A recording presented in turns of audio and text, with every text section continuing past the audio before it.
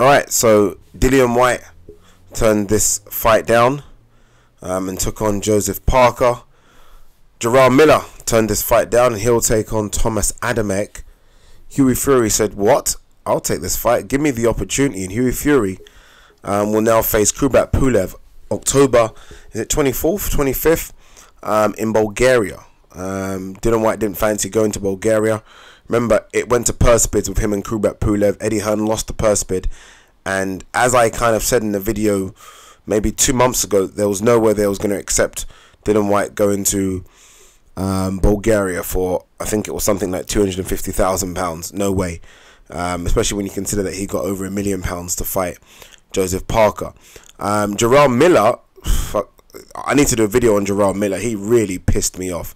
Him and his manager, Dimitri, is it Salita, turned this fight down, citing bigger things, bigger options, not wanting to fight Kubrat Pulev in Bulgaria.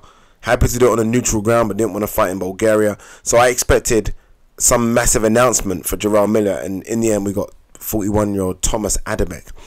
But Hughie Fury, as I said, you know what, give me this opportunity. Remember, this is the final eliminated for Anthony Joshua's IBF heavyweight title. He's only lost once.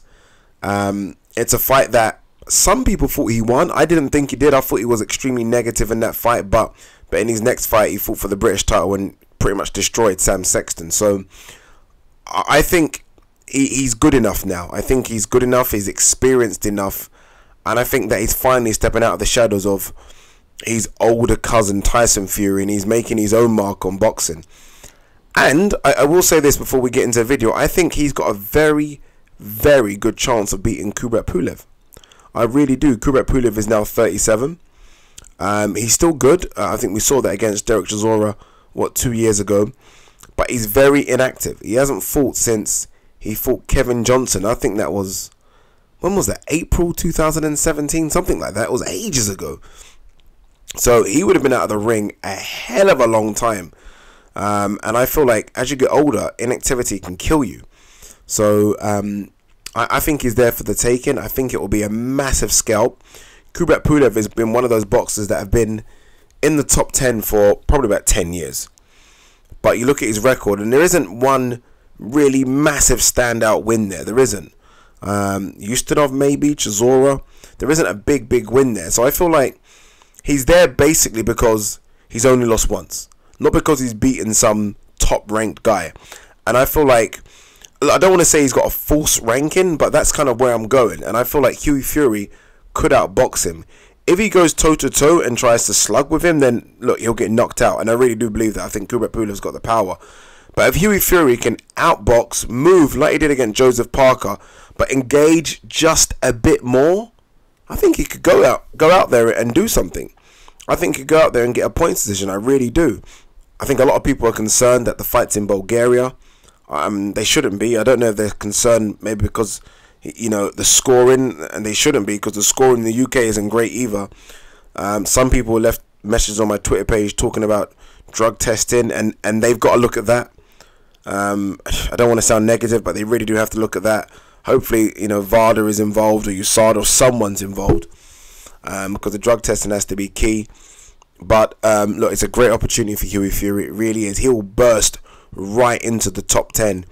If he wins, it doesn't mean he gets Anthony Joshua next. Anthony Joshua can do a voluntary, which he will do, and that will probably be in April against probably Wilder or anyone. But what it does do, it really makes the UK scene fucking just explosive. It really does. I mean, you look at the UK scene now, Chisora. You look at the fringe ones, Chisora, Bellew still wants to campaign at heavyweight. Then obviously we've got Dillian Whyte, Tyson Fury, Hughie Fury, Anthony Joshua. It really is bristling. And I think Hughie Fury really has the capabilities, if his mind is right, to beat any of them.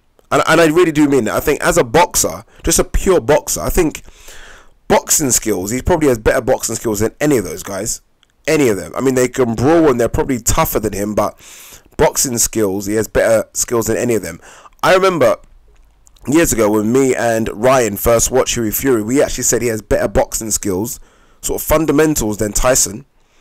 And look where Tyson's got. So I think if his mind's on it, if he isn't as negative as we have seen him in the past, especially against Parker, then I think an upset is on the cards. I think he's young enough, fit enough to beat a 37-year-old inactive Pulev. But again, look, great matchup. Credit to him and his father, Peter, for taking this fight and taking the opportunity. Again, remember, this is an opportunity that Jarrell Miller said no to. This is an opportunity that Dillian Whyte said no to.